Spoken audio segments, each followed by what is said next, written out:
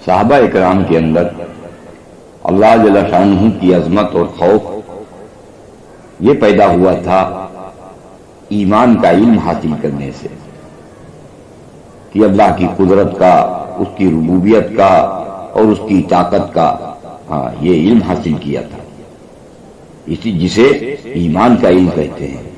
مکی زندگی میں اللہ جل جلالہ امن والہ نے اسی زندگی کا علم عطا فرمایا، کیونکہ اعمال تو تب کوئی احکامات تو دیے نہیں تھے، تو عمل کی لائن کے جتنے بھی احکامات جو بھی عمل کے لیے ملے تھے وہ مدنی زندگی میں تھے۔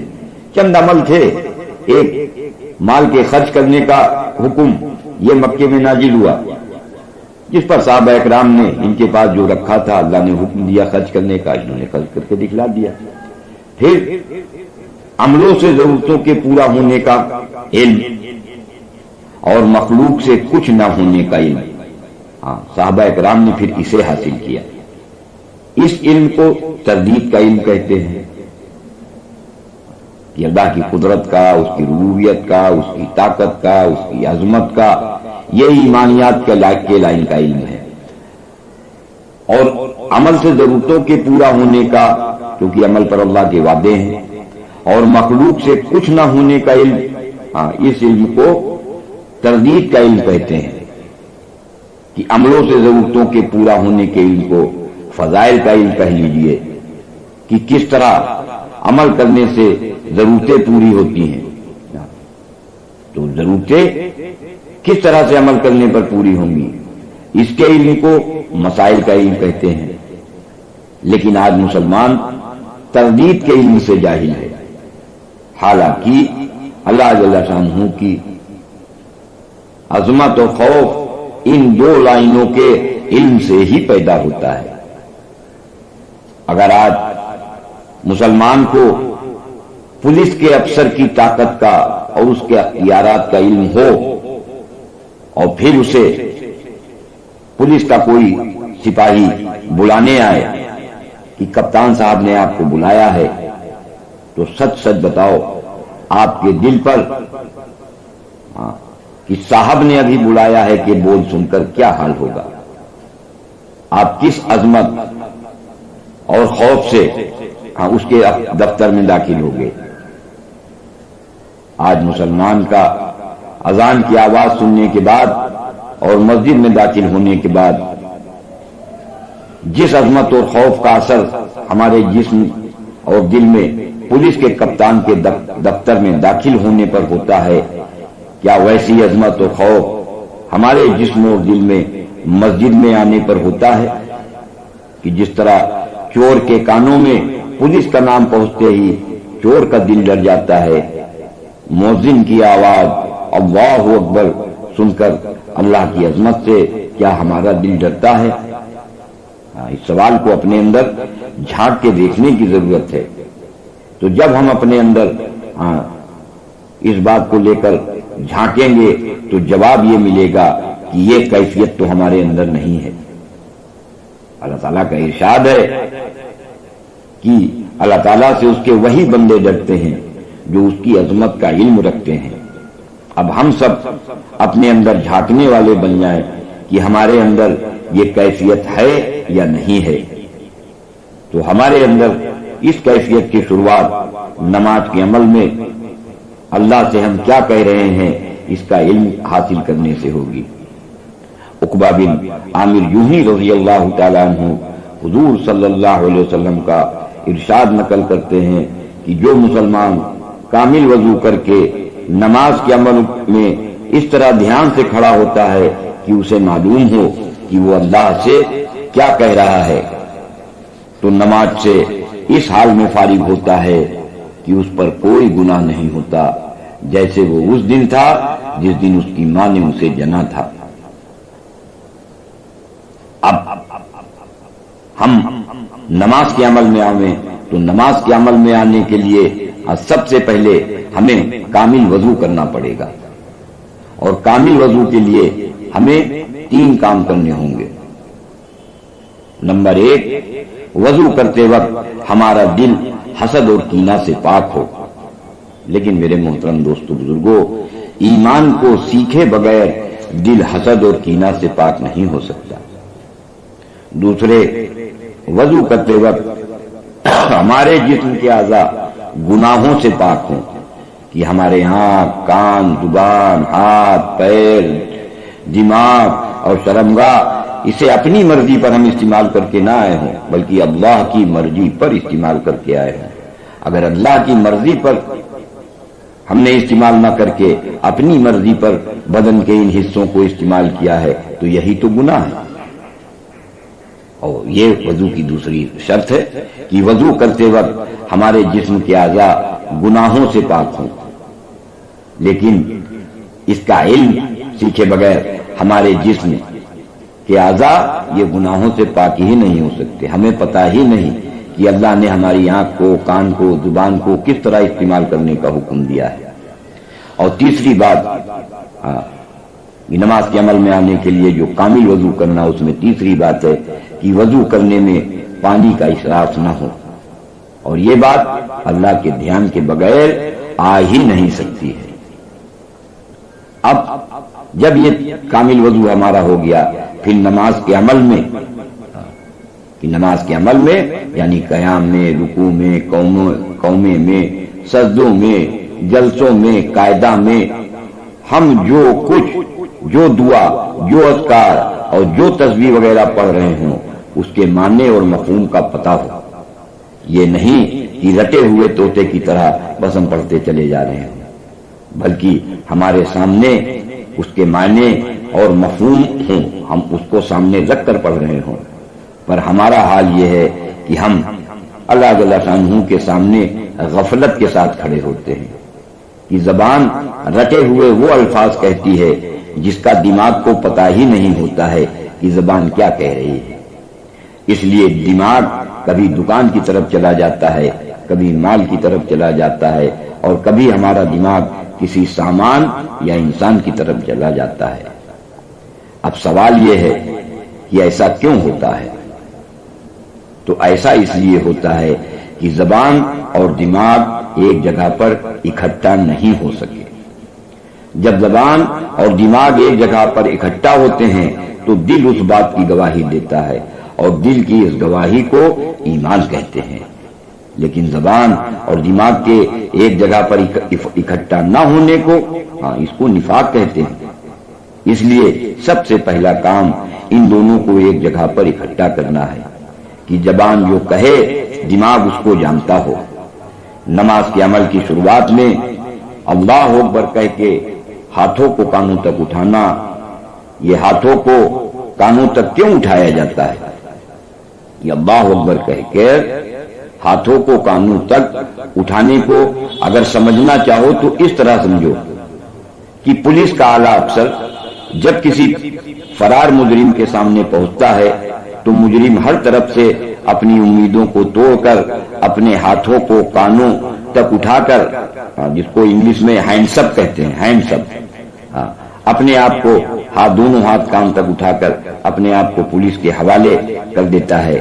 اسی طرح جن چیزوں سے ہماری امیدیں تھیں، ہر ایک سے اپنی امیدوں کو توڑ کر ہم اپنے ہاتھوں کو کانوں تک اٹھا کر اللہ جل شانہ کی پناہ میں آ گئے ہیں کہ اے اللہ، مجھے چھوڑ کر ہر مخلوق تیری بات مانتی ہے، اب میں بھی تیری ماننے آ گیا ہوں۔ اب اس کے سامنے اللہ جل شانہ ہے، اور ہاتھوں کے پیچھے دکان، مال، سامان اور وہ انسان ہیں جن سے ہم نے امیدیں لگا رکھی تھی، ان سب سے اپنے رخ کو پھیر کر ہم اللہ کے سامنے آ گئے۔ لیکن تکبیر کہتے وقت ہمارے اندر اس بات کی شرمندگی ہونی چاہیے کہ اے اللہ، میں اب تک تیرے غیر کی امیدوں کے ساتھ زندگی گزار رہا تھا، اس بات پر میں تیرا مجرم ہوں، اب اپنی امیدوں کو سب سے توڑ کر تیرے سامنے آ کر کھڑا ہو گیا ہوں۔ اب اللہ کی اور بندے کی بات چیت شروع ہوتی ہے۔ نماز کے لیے آسمانوں کے دروازے کھول دیے جاتے ہیں۔ حضور اکرم صلی اللہ علیہ وسلم نے فرمایا، نمازی کے اور اللہ کے درمیان کے ساری آڑ و سارے پردے ہٹا دیے جاتے ہیں۔ پھر اللہ تعالیٰ اپنے بندے سے مخاطب ہوتا ہے کہ تو جانتا ہے کس کے سامنے کھڑا ہے؟ تو بندہ کہتا ہے الحمدللہ رب العالمین، کی تعریف کے لائق تو صرف تیری ذات ہے جو سارے عالموں کی، ساری مخلوقات کی ساری ضرورتوں کو پیدا بھی کر رہا ہے اور پورا بھی کرتا ہے۔ اللہ تعالیٰ کہتے ہیں تو نے کیسے جانا کہ میں رب العالمین ہوں؟ تو بندہ کہتا ہے الرحمن الرحیم، کہ تیرے رحم کی وجہ سے جو تو نے اپنا جاننا ہمارے حوالے کر دیا ہے، کہ آپ کا جاننا قرآن ہے، جو آپ جانتے ہیں اس کو آپ نے قرآن میں بتلا دیا ہے، اور قرآن کو نازل کر کے آپ نے ہم پر رحم فرمایا ہے۔ اللہ تعالیٰ کہتے ہیں تجھے قرآن میں میری طاقت کا پتہ چلا؟ تو یہ نمازی کہتا ہے مالک یوم الدین، کہ تو ہی دنیا و آخرت کا بادشاہ ہے، پر فیصلہ قیامت کے دن کرے گا۔ اللہ تعالیٰ اپنے بندے سے کہتا ہے اچھا بتا تو مجھ سے کیا چاہتا ہے؟ تو یہ نمازی کہتا ہے ایاک نعبد، کہ میں تیری مرضی کے مطابق اپنی زندگی گزارنا چاہتا ہوں۔ اللہ تعالیٰ کہتا ہے مانگ، کیا مانگتا ہے؟ تو یہ نمازی یہ کہتا ہے ایاک نستعین، کہ میں تیری مرضی کے مطابق زندگی گزارنے کی تجھ سے توفیق مانگتا ہوں۔ اللہ تعالیٰ کہتے ہیں کیسی توفیق چاہتا ہے؟ تو یہ نمازی کہتا ہے اہدنا الصراط المستقیم، کہ جس طرح انبیاء، شہداء، صدیقین اور صالحین نے صرف تجھ سے امید لگا کر تیری مرضی پر چل کر اپنی ضرورتوں کو آپ سے مانگ کر پورا کیا ہے۔ اللہ تعالیٰ کہتے ہیں تجھے معلوم ہے اس راستے پر چلنے والوں کو کس چیز کی ضرورت پڑتی ہے؟ تو یہ کہتا ہے کہ صراط الذین انعمت علیہم، کہ اس راستے پر چلنے والوں کو آپ اپنا دھیان اور اپنی ذات سے اچھے گمان کا انعام عطا فرماتے ہیں۔ اللہ تعالیٰ اس سے پھر پوچھتے ہیں، پھر کہتے ہیں تجھے معلوم ہے انعام پانے کے بعد انہوں نے کیا کیا ہے؟ تو یہ کہتا ہے غیر المغضوب، کہ پھر وہ لوگ کبھی تیری لعنت والے راستے پر نہیں چلے ہیں۔ اللہ تعالیٰ کہتا ہے تجھے پتا ہے میری لعنت والا راستہ کون سا ہے؟ غیر المغضوب علیہم ولا الضالین، کہ تیرے دھیان کے بغیر تیرے غیر سے امیدیں لگا کر زندگی گزارنے والا راستہ تیری لعنت والا راستہ ہے۔ اللہ تعالیٰ کہتا ہے اچھا اور بتا، تو یہ علم تر کیف فعل ربک باصحاب الفیل، اللہ تعالیٰ آپ کو سناتا ہے اپنا سبق، کہ آپ ہمیں یہ یاد دلا رہے ہیں کہ آپ نے ہاتھی والوں کے ساتھ اپنی قدرت کا کس طرح استعمال کیا ہے، اور جب آپ چاہیں گے اپنی قدرت کا اسی طرح استعمال کریں گے۔ پھر اللہ اکبر کہتے ہوئے کہ اللہ مجھے چھوڑ کر ہر مخلوق تیری بات مانتی ہے، اب میں بھی تیری مانوں گا۔ رکوع کرتا ہے، رکوع میں چلا جاتا ہے۔ رکوع کس کو کہتے ہیں؟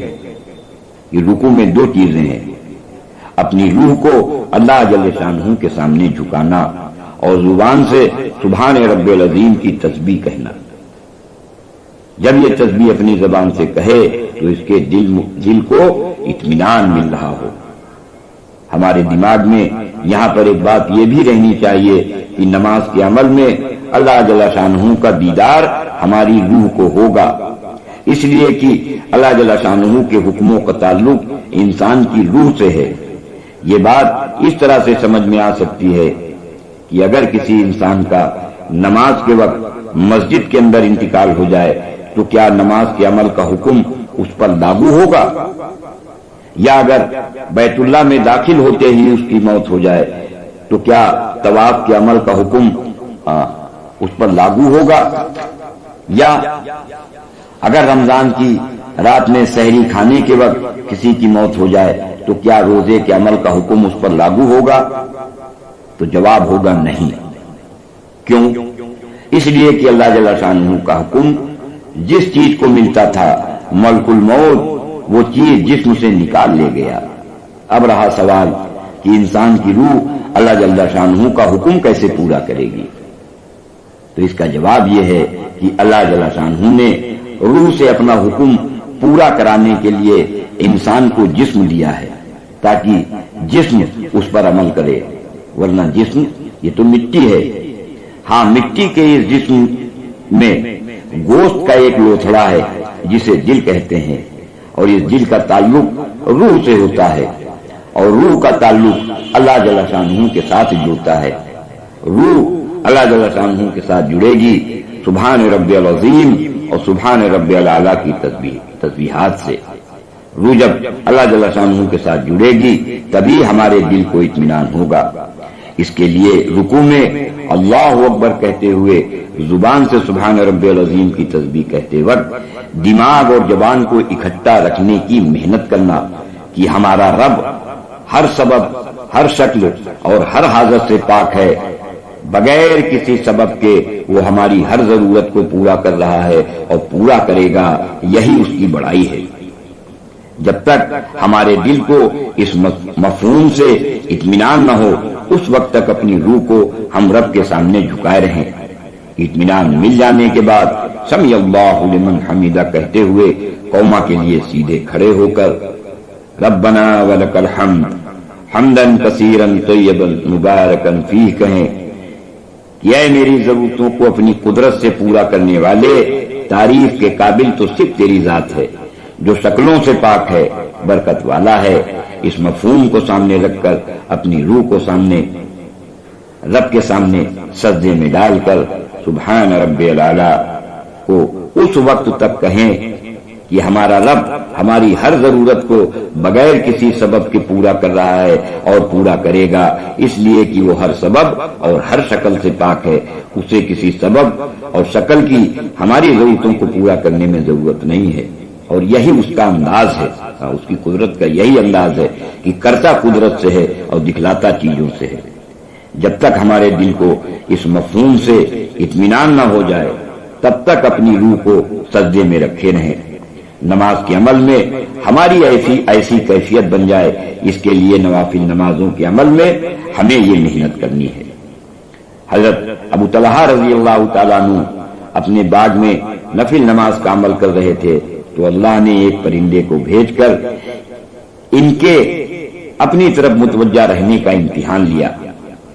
بس ذرا سی دیر کے لیے ان کی توجہ اللہ کی طرف سے ہٹی، جس پر سارا باغ حضرت ابو طلحہ رضی اللہ تعالیٰ انہوں نے اللہ کے نام پر صدقہ کر دیا۔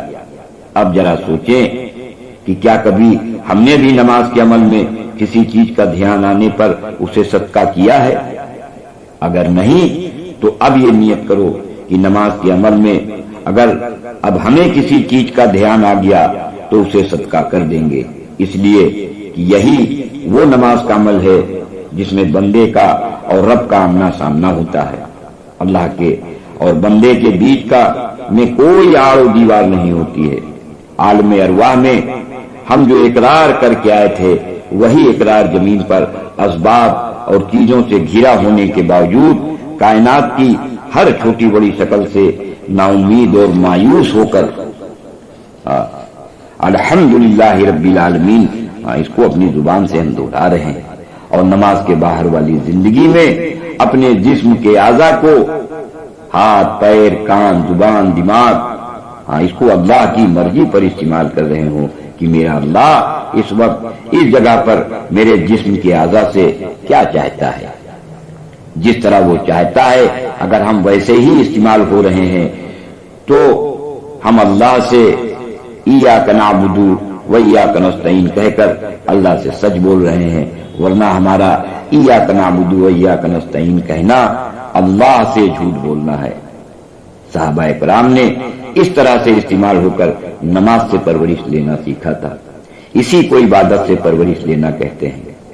عبادت سے پرورش لینا اس مثال سے بھی سمجھا جا سکتا ہے کہ قرآن و حدیث میں کہیں پر بھی مکان بنانے کا حکم نہیں ہے۔ اب اگر کوئی انسان اپنے رہنے کے لیے مکان بنانا چاہے تو مکان کا بنانا نہ منع ہے اور نہ مکان کا بنانا گناہ ہے، لیکن اسے بنانے کا اللہ نے حکم بھی نہیں دیا ہے۔ پر ایک آدمی نے زمین کے ایک ٹکڑے پر چاروں طرف سے دیوار اٹھائی، اوپر چھت ڈالی، اندر جانے کے لیے ایک دروازہ لگایا، اس طرح مکان بن کر تیار ہو گیا۔ اس آدمی کا مکان کو بنا لینا نہ گناہ ہے اور نہ منع ہے، لیکن اس کے بنانے کا حکم نہیں ہے، اللہ نے حکم نہیں دیا۔ اب یہ آدمی جس نے اپنے خون پسینے کی کمائی سے اپنے ہی رہنے کے لیے یہ مکان بنایا ہے، اگر یہ اپنے مکان میں داخل ہونا چاہے تب یہ آزاد نہیں ہے۔ کیوں؟ کیونکہ اب اللہ کے حکم بطور عمل کے، بطور اسباب کے عمل کرنے کے لیے اس کی طرف متوجہ ہوں گے کہ دروازے سے داخل ہو، پہلا حکم، دوسرا دروازے پر کھڑے ہو کر آواز دو، اور تیسرا اندر جا کر سلام کرو۔ ان عملوں کو کرتے ہوئے اس مسلمان کا مکان میں داخل ہونا، اس کو عبادت کہتے ہیں۔ یہ مسلمان مکان میں داخل ہو کر اب اللہ کے سامنے اپنی کوئی حاجت پیش کرے کہ اے اللہ، آپ نے مکان میں داخل ہونے کے جو حکم رسول اللہ صلی اللہ علیہ وسلم کے ذریعے جو ہمیں دیے تھے، میں نے ان حکموں پر عمل کر لیا ہے، اب آپ ہمارا یہ فلاں کام بنا دیجئے۔ اس کی یہ دعا اللہ کے یہاں قابل قبول ہے۔ کیوں؟ اس لیے کہ اس نے ایاک نعبد و ایاک نستعین والا راستہ اختیار کیا ہے کہ تیرا ہی کہنا مانتے ہیں اور تجھی سے جنت مانگتے ہیں۔ ایسا ہی معاملہ کائنات کے تمام شعبوں کا ہے۔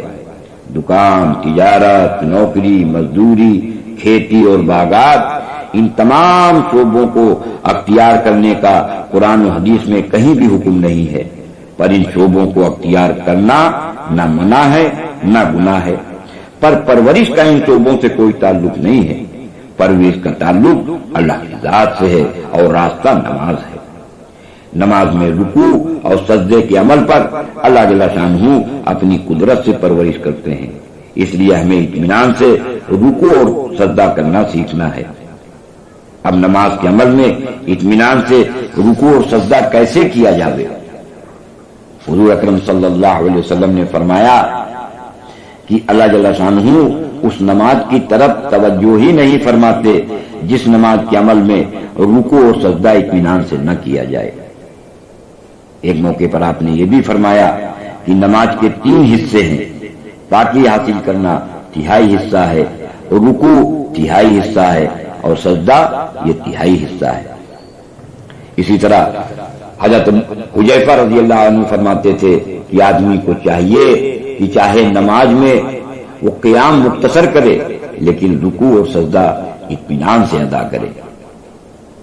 پر میرے محترم دوستو بزرگوں، ایمان کو نہ سیکھنے کی وجہ سے مسلمان اطمینان سے رکوع اور سجدہ کرنے کا مطلب یہ سمجھتا ہے کہ رکوع میں 3 سے لے کر 300 بار سبحان رب العظیم اور سجدے میں 3 سے لے کر 300 بار سبحان رب الاعلیٰ کہہ لو تو یہ اطمینان سے رکوع اور سجدہ ہو جائے گا۔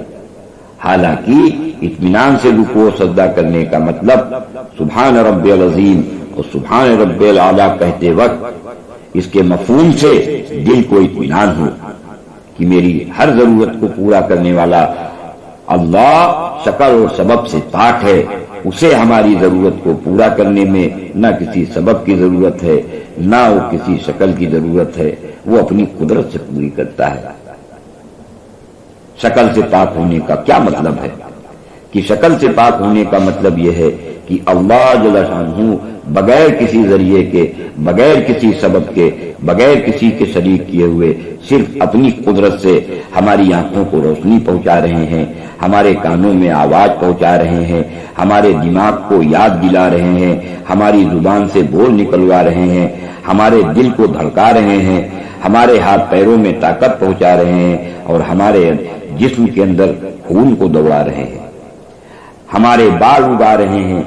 ٹھیک اسی طرح ہمارے پیٹ کو روٹی، دال، دودھ، پانی اور جسم کو ڈھانکنے کے لیے کپڑے بھی پہنچا رہے ہیں۔ جس زبان کے بول کو ایک موبائل سے دوسرے موبائل پر بھیجنے کے لیے موبائل کی کمپنیاں پیسے لیتی ہیں، ذرا سوچو کیا کبھی اللہ نے